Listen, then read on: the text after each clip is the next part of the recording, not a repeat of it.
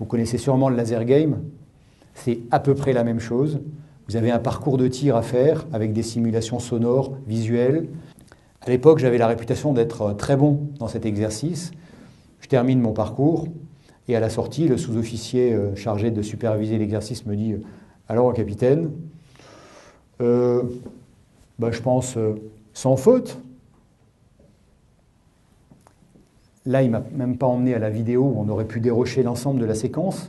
Il m'a dit « Suivez-moi ». Et on est parti directement en direction d'une cible dont je me souvenais très bien. Cette cible, c'était un gars qui avait vraiment une sale tête et qui tenait une petite fille par la gorge en braquant son arme sur sa tempe.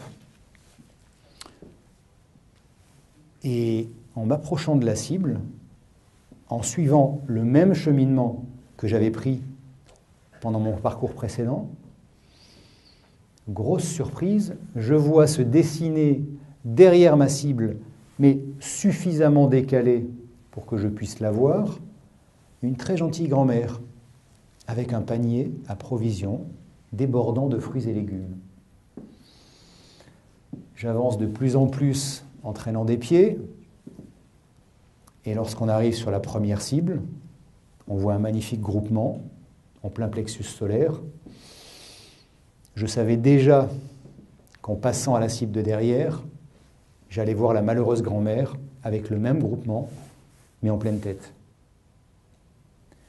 Cette grand-mère, la manière dont elle était positionnée, elle est en carton, pardon, j'en vois qui font une drôle de tête, je ne voudrais pas avoir d'ennui, je le répète, ce sont des cibles en carton. Je devais la voir, et pourtant, je ne l'ai pas vue. Et pourquoi je ne l'ai pas vue, cette grand-mère, vous savez? À cause de la petite fille. Eh oui, parce que moi aussi j'avais une petite fille. Et quand j'ai vu ce salopard qui l'a serré par la gorge, j'ai senti le canon froid sur la tempe de cette petite, et c'est ma fille que j'ai vue. Aveuglé par mon émotion, pris dans l'effet tunnel, je n'ai pas vu mon environnement, et je n'ai pas vu ce qui pourtant était parfaitement visible, cette gentille grand-mère qui était suffisamment décalée pour que je la voie.